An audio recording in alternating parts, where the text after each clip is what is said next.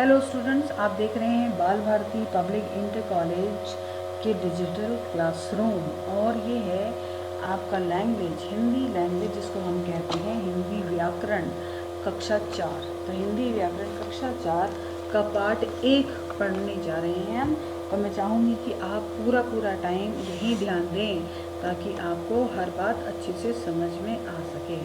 Okay children, चलिए शुरू करते हैं। पाठ का नाम है भाषा एवं व्याकरण। भाषा किसको कहते हैं? जो हम लिखते हैं, बोलते हैं, पढ़ते हैं, वो है भाषा, वो है लैंग्वेज। और ग्रामर का मतलब होता है उसमें साधे गए नियम जिनसे हम भाषा का इस्तेमाल कर सकें, वो है आपकी व्याकरण। ठीक है, तो चलिए भाषा के बारे में जानते हैं। हम लोग समाज में रहते हैं। हम कहाँ रहते हैं? समाज, मतलब हमारे आस पड़ोस में कई सारे लोग हैं और लोग जितने लोग हैं उन सब के साथ एक नियम फॉलो किया जाता है, एक रूल्स हैं। तो यही सब क्या है? ये सब है समाज। तो समाज में रहकर हम बहुत कुछ देखते हैं, सोचते हैं, सुनते हैं व करते हैं, करते भी हैं। हम इन सभी बातों को दूसरों को भी बताना चाहते हैं। दूसरों को बताने के लिए हम भाषा का प्रयोग करते हैं तथा दूसरों की बातें भी भाषा के माध्यम से ही समझते हैं। देखिए बेसिकली भाषा क्या है? तो भाषा भाव की अभिव्यक्ति का साधन होता है। मतलब आपके मन में जो भी विचार हैं, ठीक, उसको अगर आपको दूसरे तक पहुंचाना है तो भाषा वो माध्यम है जिसकी वजह से आप अपने विचारों को, अपनी सोच को, अपनी चीज़ों को, अपनी आदतों को दूसरों को बता सकें और दूसरों की सुन भी सकें उसी भाषा में। ठीक है, उन्हीं सोचों को, मतलब उनकी खुद की, दूसरों की जो सोचें हैं उनको सुन सके। तो भाषा बेसिकली अभिव्यक्ति का एक साधन है। ठीक है, आगे देखते हैं। इसे हम चित्र के माध्यम से समझ सकते हैं। यहाँ पर एक चित्र बना हुआ है, हम उससे भी समझ सकते हैं कि भाषा क्या है। देखिए एक बच्चा है, ठीक है, ये बच्चा आपको दिख रहा है, ये वाला है ना। ये बच्चा कर क्या रहा है, पहले आप ये देखिए। यह जो बच्चा है ये रो रहा है, इसके देखिए आंसू निकल रहे हैं, है ना। और ये मेरे ख्याल से भूख से रो रहा है। तो भूख से रोना, तो रोने के लिए जो आवाज़ें निकालना है, तो ये भी भाषा ही है, ये अभिव्यक्ति है। किस चीज़ की अभिव्यक्ति है? किसी व्यवहार की अभिव्यक्ति है। तो भूख की अभिव्यक्ति रो रो के की जा रही है। और दूसरा देखिए यहाँ पर, यह बच्चा विद्यालय में आया है तथा माँ से खाना मांग रहा है। बच्चा जो है विद्यालय से आया है, स्कूल से आया है, स्कूल की यूनिफॉर्म पहने है ना, तो स्कूल से आया है और मम्मी से क्या मांग रहा है? खाना मांग रहा है। तो जब उस बच्चे ने अपने मुंह से कहा होगा कि मम्मा खाना दे दीजिए, तभी माँ ने खाना दिया होगा। अगर बच्चा नहीं कहता तो माँ को कैसे पता चल पाता? तो भाषा जो है वो अपने विचारों और अपने भावों, अपनी सोच की अभिव्यक्ति है, व्यक्त करने का तरीका है। उसके बाद देखिए ये वाला, ये मुझे लगता है कि टीवी के सामने बैठे लोग टीवी पर वर्ल्ड कप क्रिकेट मैच देखते हुए, ये लोग हैं जो टीवी पर देख रहे हैं। तो देखते हुए आप कुछ नहीं समझ सकते जब तक आप उसकी आवाज़ न सुने और ये न सुने कि वहाँ हो क्या रहा है। ठीक है, तो ये भाषा के थ्रू ही आप कुछ सुन सकते हैं और समझ सकते हैं। उसके बाद देखते हैं ये पर कि चित्र के माध्यम से यह स्पष्ट हो गया है कि हम अपनी बात दूसरे तक पहुंचाने के लिए भाषा का प्रयोग करते हैं। बिना भाषा के, बिना कोई बोले, बिना किसी शब्दों के आप कभी भी नहीं बता सकते दूसरे को कि आप क्या कहना चाहते हैं। ठीक है, देखिए उसके बाद, तथा दूसरों की बात भी भाषा के माध्यम से ही समझी जाती है। दूसरे क्या कह रहे हैं ये भी आप भाषा के माध्यम से ही समझ सकते हैं। ठीक है, अब उसके बाद आगे देखते हैं। भूख से व्याकुल बच्चा रोने के संकेत से माँ तक अपनी बात पहुँचाता है। कोई बच्चा रो रहा है, चीख रहा है, ये आपको कैसे पता चलेगा? जब आप उसकी आवाज़ सुनेंगे, है ना। तो ये कैसे पता चला? उसकी अभिव्यक्ति पता चली भाषा से। आगे देखते हैं। बच्चा बोलकर माँ से खाना मांगता है, तब तथा सभी लोग टीवी पर देखकर व सुनकर क्रिकेट मैच का आनंद उठा रहे हैं। तो यह सब है भाषा की अभिव्यक्ति, मतलब किसी ने बोला और दूसरे ने सुना और समझा। ठीक, तो यहीं पर ही परिभाषा आ जाती है भाषा की कि जब हम अपने मन की बात को बोलकर, लिखकर दूसरों तक पहुंचाएं तथा दूसरों की बातें सुनकर व पढ़कर समझें, विचारों के आदान प्रदान के इस साधन को भाषा कहते हैं। मतलब आपको जब अपनी बात किसी तक पहुंचानी है, किसी और तक पहुंचानी है, तो आप बोलकर या लिखकर पहुंचा सकते हैं। लेकिन जब दूसरे की बात आपको समझनी है तो आप पढ़ेंगे और सुनकर, वो जो बोल रहे हैं उसकी तरफ कान लगा लीजिए, आप सुन लेंगे, और अगर वो लिख के दें तो आप पढ़ लीजिए। तो इस तरीके से आप दूसरे की भाषा भी समझ सकते हैं। बिना भाषा के मानव अधूरा है, अज्ञानी है। बिना भाषा के अगर कोई ऐसे कहे कि ए तो ऐसे कैसे समझ में आया कि अगले ने क्या कहा। जब तक वो ये ना कहे कि बेटा पानी पिला दो, तब तक ये नहीं समझ में आएगा कि अगले को पानी पीना है। तो यही है कि भाषा के बिना मानव अपनी अभिव्यक्ति, अपने भावों को अभिव्यक्त नहीं कर सकता। और अज्ञानी है मतलब ज्ञान का अभाव है। जब 10 लोग बैठते हैं अपनी बातों को करते हैं, या 4 लोग बैठते हैं अपनी बातों को, अपने विचार का आदान प्रदान करते हैं, तो सही गलत सामने आता है, ज्ञान और विज्ञान की बातें सामने निकल के आती हैं। तो यही है कि जब भाषा नहीं होगी तो वह अज्ञानी हो जाएगा, क्योंकि इसके बिना ना तो वह अपने विचार दूसरे को समझा सकता है, ना समझ सकता है, और ना ही किन्हीं विचारों का संग्रह कर सकता है। भाषा के ना वो किसी और को सुन सकता है, ना अपनी किसी को सुना सकता है, और ना ही अपने विचारों को इकट्ठा करके रख सकता है। बिना भाषा के कुछ भी संभव नहीं है। फिर देखिए, भाषा के 2 रूप माने गए हैं। भाषा को 2 तरीके से माना गया है, 2 रूप हैं, 2 प्रकार हैं। पहला है मौखिक भाषा, या जिसको बोलते हैं ओरल लैंग्वेज। अब हम बात करते हैं कि मौखिक भाषा होती क्या है। हम अपनी बात दूसरों तक मुख से बोलकर पहुंचाते हैं। दैनिक दिनचर्या में हम अधिकतर बोलकर ही दूसरों से बात करते हैं, अर्थात अपने विचारों को उन्हें बताते हैं। दूसरों के विचार सुनकर समझते हैं। ठीक है, तो ये देखिए, जब बोल कर आप बता रहे हैं या किसी की सुन रहे हैं, जिसमें लिखाई पढ़ाई ना हो, जब आपको हाथ चला के लिखना ना पड़े, सब कुछ बोला हुआ और सुना हुआ हो, तो वो आपका मौखिक हो जाता है। क्या हो जाता है? मौखिक भाषा। आगे देख लेते हैं कि देखिए, मौखिक भाषा की परिभाषा हमारे सामने है कि मौखिक भाषा अपने विचारों को मुख से बोलकर दूसरे तक पहुंचाने को तथा दूसरों के विचारों को सुनकर समझने को मौखिक भाषा कहते हैं। मौखिक मुंह से की गई, तो मुंह से क्या किया जाता है? मुंह से बोला जाता है, और दूसरा जब मुंह से बोल रहा है तो उसे सुना जाता है। तो बोलना और सुनना ये मौखिक भाषा के अंग हैं। उसके बाद देखिए, दूसरा, चित्रों के माध्यम से स्पष्ट हो रहा है कि बच्चा बोलकर कविता सुना रहा है और बाकी उसे सुन रहे हैं। ये देखिए, ये बच्चा है, ये खड़ा है, इसके मुंह से ये सरगम निकल रही है, और बच्चे जो हैं सुन रहे हैं। दूसरे बच्चे यहाँ पर बैठ के सुन रहे हैं। इसका मतलब जब बच्चे ने बोला तो दूसरे बच्चों ने सुना। तो यहाँ पर मौखिक भाषा की अभिव्यक्ति की जा रही है। और दूसरा देखिए कि अध्यापिका बोल बोलकर पढ़ा रही है, वह बच्चे सुनकर समझ रहे हैं।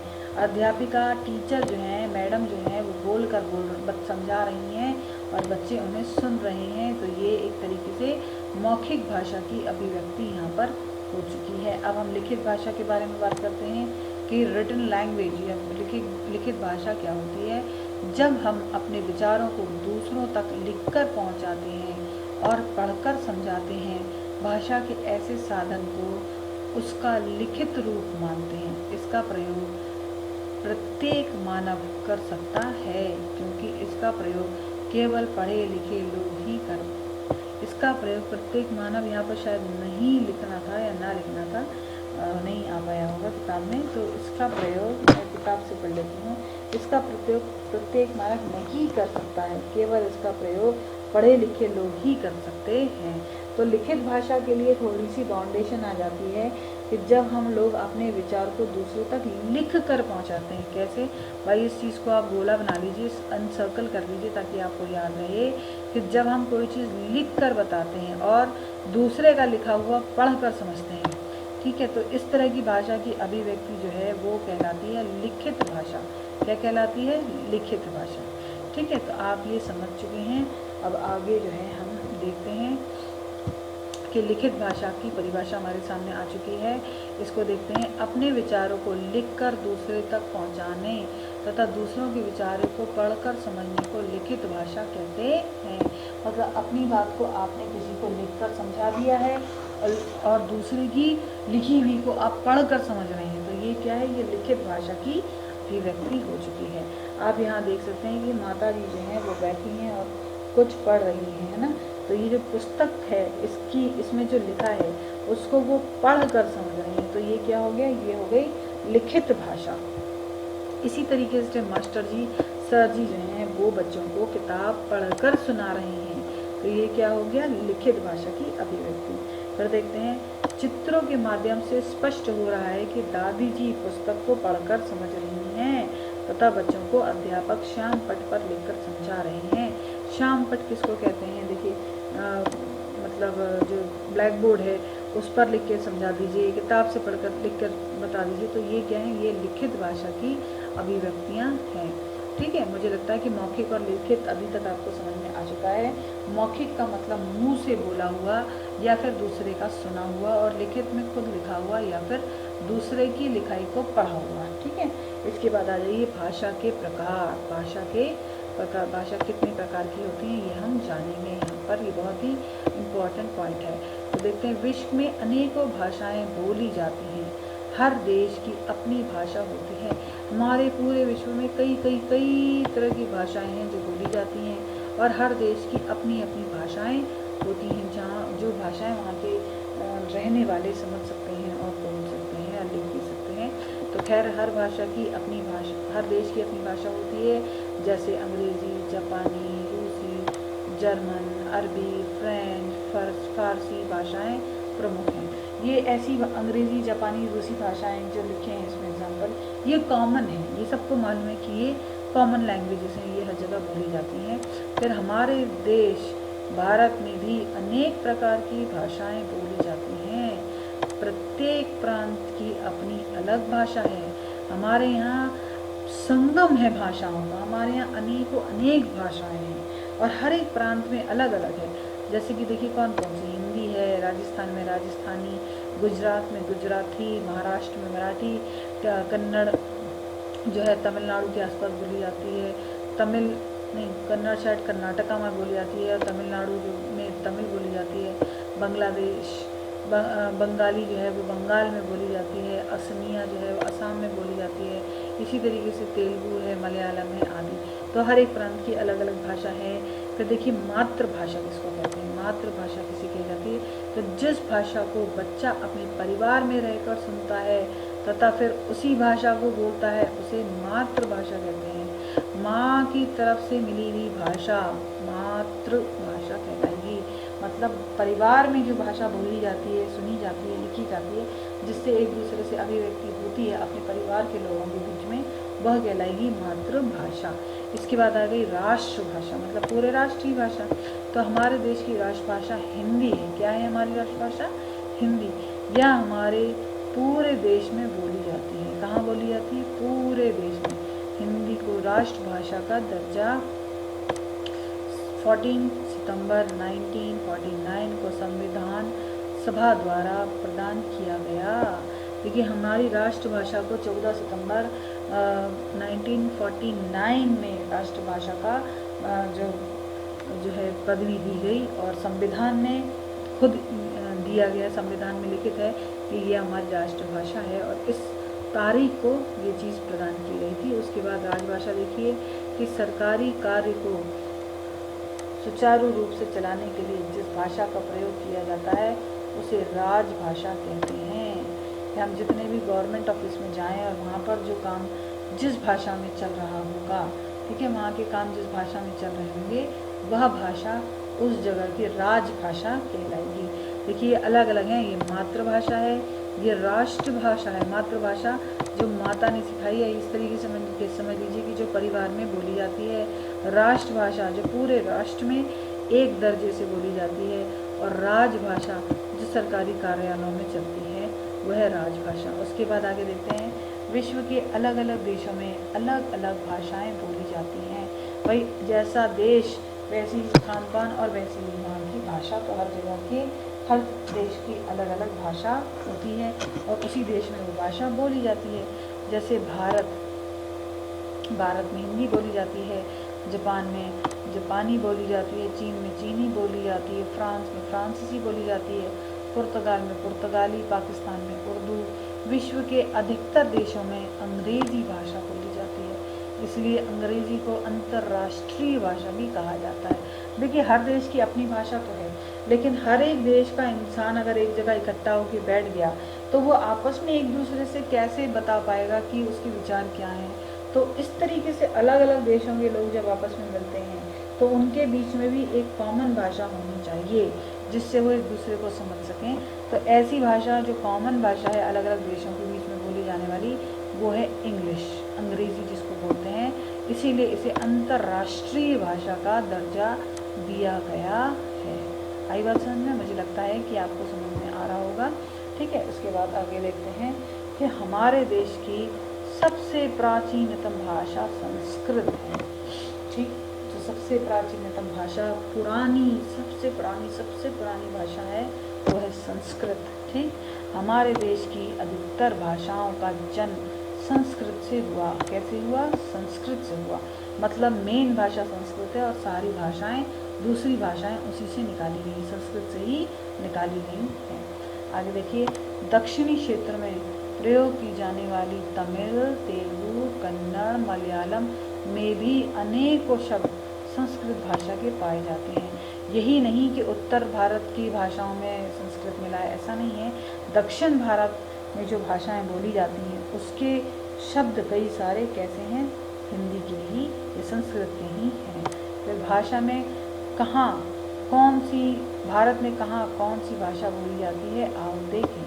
देखिए, गुजरात में गुजराती, राजस्थान में राजस्थानी, पंजाब में पंजाबी, कर्नाटक में कन्नड़, असम में असमिया, फिर बंगाल में बंगला, केरल में मलयालम, महाराष्ट्र मराठी, उड़ीसा में उड़िया, कश्मीर में कश्मीरी, मणिपुर में मणिपुरी, आंध्र प्रदेश में तेलुगु, आंध्र प्रदेश में बोली जाती है तेलुगु, और गोवा में कोंकणी। ठीक है, तो ये आपको याद करने होंगे। चलिए इसके आगे देख लेते हैं कि भाषा के निम्नलिखित 3 अंग होते हैं। याद रखिएगा कि भाषा के कितने अंग हैं?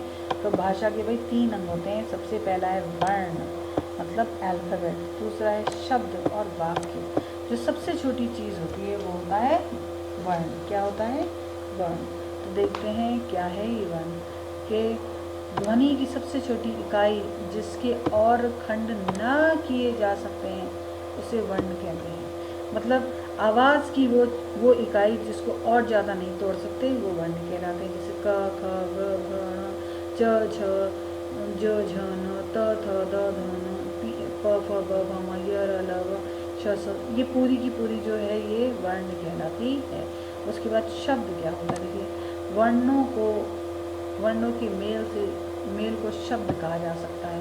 जैसे ग और ज, ग में ज और ग जोड़ लीजिए, ग और ज जोड़ लीजिए, एक ही बात है, अलग अलग शब्द बनेंगे।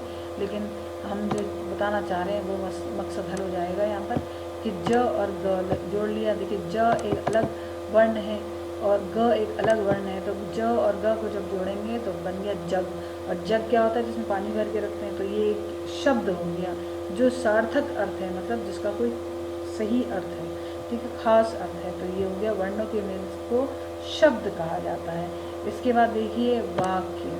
कि सार्थक शब्दों के समूह को वाक्य कहते हैं। जैसे रामू खाना खाओ, है ना। अगर मैं कहूँ रामू खाना, तो अब भाई रामू खाना खाना चाहता है या रामू को खाना देना है या रामू से कहा जा रहा है कि भैया खाना ले आओ, ये तो समझ में आ ही नहीं रहा है। लेकिन हम पूरी बात कहेंगे, ऐसे शब्दों का इस्तेमाल करेंगे जिससे हमारी बात दूसरे तक पहुंच सके और वो समझ सके कि रामू खाना खाओ। तो रामू से कहा जा रहा है कि भाई तुम खाना खा लो। तो जब ऐसा कहा जा रहा है जिससे कि बात समझ में आए, इस तरह के पूरे वाक्य को, पूरे सेंटेंस को, जिसका सार्थक मतलब उसे हम वाक्य कहते हैं। शब्दों के समूह जिनसे सार्थक मतलब निकले उसको हम वाक्य कहते हैं। ठीक है, आगे देखते हैं व्याकरण। व्याकरण क्या है? व्याकरण देखिए, बहुत से बच्चे डरते हैं व्याकरण से, लेकिन बेसिकली व्याकरण डरने की चीज़ नहीं होती है, बहुत ही आसान और समझने वाली चीज़ होती है।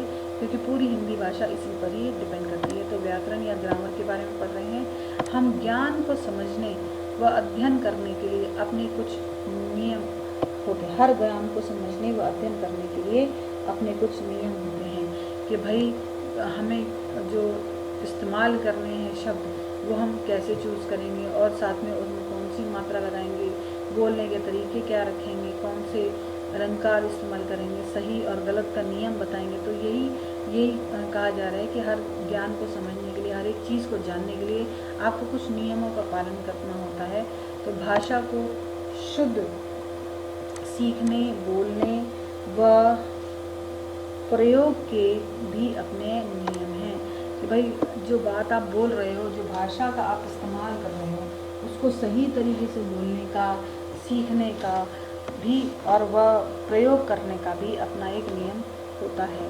आगे देखते हैं, भाषा के सही रूप का प्रयोग करने के नियम व्याकरण में होते हैं, और सही नियम का प्रयोग कि भाई किस तरीके से आपको सीखना है, कैसे बोलना है और कौन सा कहाँ कब क्या प्रयोग करना है, ये सारी बातें व्याकरण हमें बताती है।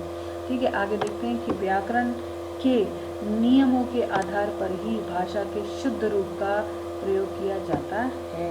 तो भाषा व्याकरण के नियमों के आधार पर ही भाषा के शुद्ध रूप का प्रयोग किया जाता है। मतलब अगर हम व्याकरण को अच्छी तरीके से समझ लें और उसी को फॉलो करें तो भाषा बिल्कुल शुद्ध निकल कर आएगी। तो आगे देख लेते हैं व्याकरण की परिभाषा की भाषा का शुद्ध उच्चारण करना, लिखना व पढ़ना हम जिस शास्त्र के माध्यम से करते हैं उसे व्याकरण कहते हैं। मतलब जो हम भाषा का इस्तेमाल कर रहे हैं उसका बिल्कुल शुद्ध उच्चारण, बोलने का बिल्कुल सही तरीका, लिखने का और पढ़ने का सही तरीका, जिस माध्यम या जिस शास्त्र से, जिस किताब से हम लेते हैं वो व्याकरण कहलाता है। आगे देख लेते हैं कि व्याकरण के नियम से संबंधित कुछ उदाहरण, आपको यहाँ पर कुछ नियम दिए होंगे और उसके उदाहरण दिए हैं जिसको हमें समझना है। सबसे पहले देखिए, शुद्ध लिखना, शुद्ध बोलना और शुद्ध पढ़ना, ये तीनों चीज़ें अगर शुद्ध हैं तो पूरा का पूरी भाषा शुद्ध हो जाएगी। जैसे कि सही, यहाँ पर 3 कॉलम बने हैं, गलत, सही और नियम। तो इनको पढ़ लेते हैं। राधा जा रहा है, राधा जा रही है, तो लिंग के अनुसार नहीं है। मतलब ये कहा जा सकता है कि हमें भाषा में लिंग को ध्यान रखना होता है कि ये भाई जो सेंटेंस कहा जा रहा है, जो लाइन कहा जा रही है वो लड़का के लिए है कि लड़की के लिए है, कि ऐसी वस्तु के लिए है कि जो न लड़के में आती है न लड़की में। तो हमें सबसे पहले लिंग का ध्यान रखना है। जैसे कि गलती क्या है, राधा जा रहा है, तो राधा तो भाई लड़की का नाम होता है, तो सही क्या हो जाएगा, राधा जा रही है। गलती क्या है इसमें गलती है कि लिंग का ध्यान नहीं रखा गया है कि राधा लड़का है कि लड़की के, किसके लिए कहा जा रहा है, मेल के लिए कि फीमेल के लिए। रामू खा रहा है आम, तो भाई इस रामू खा रहा है और आम को हटा दो तो समझ में भी ना आए कि क्या खा रहा है, इसीलिए हमको पहले ऐसे लिखना चाहिए कि रामू आम खा रहा है। रामू जो मुंह में डाले है वो क्या चीज़ है, वो है आम। तो ये उसका नियम है कि जो क्या कहते हैं, अभिव्यक्त करने वाली बात है, जो मेन ऑब्जेक्टिव है सेंटेंस का, वो हमें बीच में रखना चाहिए। तो शब्दों का क्रम सही नहीं है कि हाँ आगे कौन सा लगना है और पीछे कौन सा लगना है। आगे देख लेते हैं।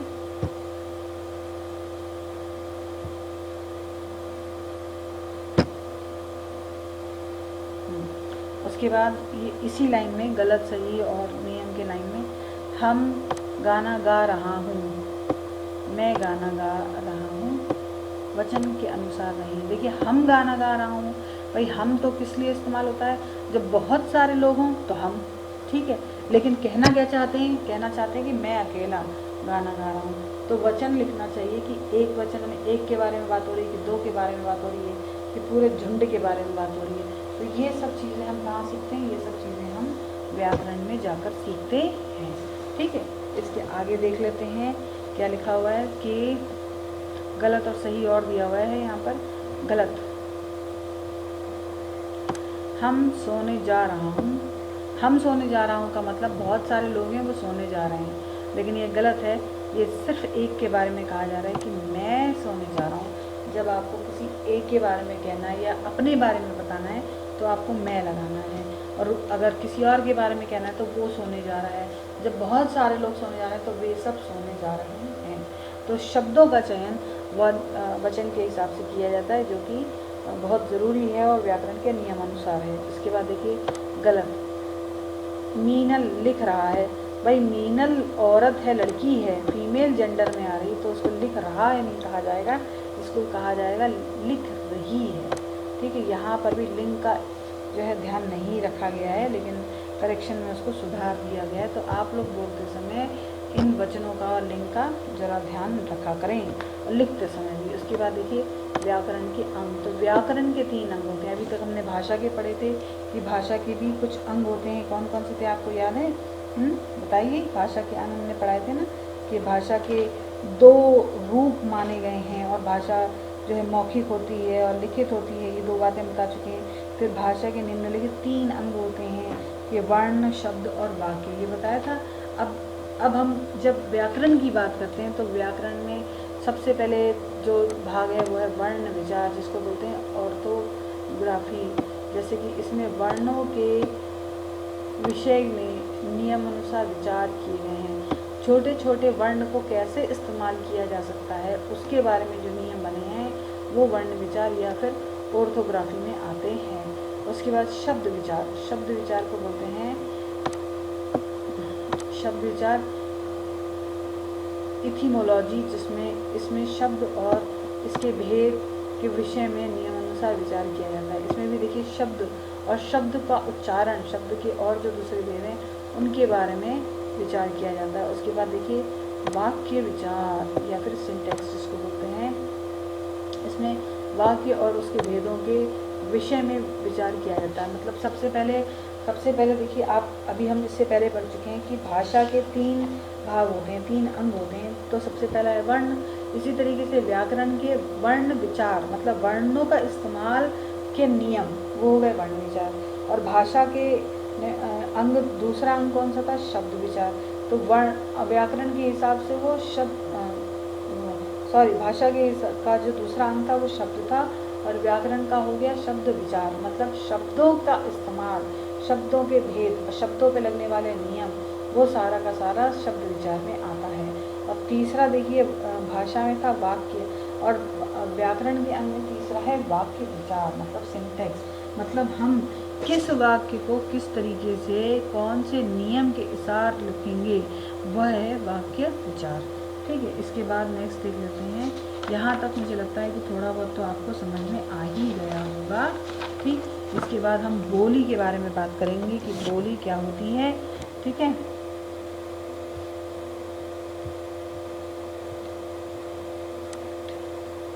या फिर डायलेक्ट जिसको बोलते हैं। इसमें देखिए कि अलग अलग क्षेत्रों में बोले जाने वाली भाषा को बोली कहते हैं। भाई छोटे छोटे क्षेत्रों में अलग अलग भाषा है, जैसे बुंदेलखंड में बुंदेली बोली जाती है ना, और जगह खड़ी बोली बोली जाती है, किसी जगह पर मराठी बोली जाती है। तो हर जगह की जो क्षेत्रीय भाषा है, उस खास क्षेत्र में बोले जाने वाली भाषा वो वहाँ की बोली कहलाती है। उसके बाद लिपि देख लेते हैं। किसी भी बात को कहते हुए हमारे मुख में अनेकों ध्वनियाँ निकलती हैं। इन्हीं ध्वनियों को लिखने के लिए कुछ चिन्हों का भी प्रयोग किया जाता है। ये ध्वनि चिन्ह ही लिपि कहलाते हैं। जैसे छोटा आ, बड़ा आ, छोटी ई आदि। हर भाषा की अपनी अलग लिपि होती है। देखिए लिपि का मतलब होता है लिखना, है ना। लिपि का सीधा संबंध लिपि लिखने से है कि लिखते समय आप किन भाषाओं का किन चिन्हों का प्रयोग कर रहे हैं। तो हम हिंदी लिखते समय जो है पूरी वर्णमाला का इस्तेमाल करते हैं, तो वही हमारी लिपि कहलाएगी। और हाँ, मैं आपको बता दूं कि हर भाषा की अलग अलग लिपि होती है, जिसको हम उस भाषा को लिखते समय या बोलते समय प्रयोग करते हैं। अब आ जाइए लिपि के बारे में कि लिपि क्या होती है। तो किसी भी बात को कहते हुए हमारे मुख से अनेक ध्वनियाँ निकलती हैं। इन्हीं ध्वनियों को लिखने के लिए कुछ चिन्हों का प्रयोग भी किया जाता है। ये ध्वनि चिन्ह ही लिपि कहलाते हैं। जैसे छोटा आ, बड़ा आ, छोटी ई, बड़ी आदि हर भाषा की अपनी अलग लिपियाँ होती हैं। अभी अभी मैंने बताया कि लिखने के लिए जिन चीज़ों का प्रयोग किया जाता है उनको लिपि कहते हैं। जैसे हम अगर हिंदी लिखना चाहें तो हम छोटा बड़ा छोटी बड़ी लिखेंगे, ऐसे ही उर्दू लिखना चाहें तो उर्दू के जो भी लिपि होगी, उर्दू के जो वर्ण होंगे या शब्द होंगे उन्हीं को लिखा जाएगा। तो यही है कि ध्वनि के लिखित रूप के लिए प्रयोग किए गए ध्वनि चिन्हों को लिपि कहते हैं। उसके बाद देखिए, चित्र के माध्यम से स्पष्ट हो रहा है कि एक बच्चा मुख से भजन बोल रहा है और दूसरा उसी भजन को लिख रहा है। आप देख सकते हैं कि इस वाले चित्र में भजन बोला जा रहा है और इसमें लिखा जा रहा है। तो बोलने और लिखने दोनों की लिपियाँ यहाँ एक ही हैं, जिससे कि भाषा की अभिव्यक्ति हो रही है।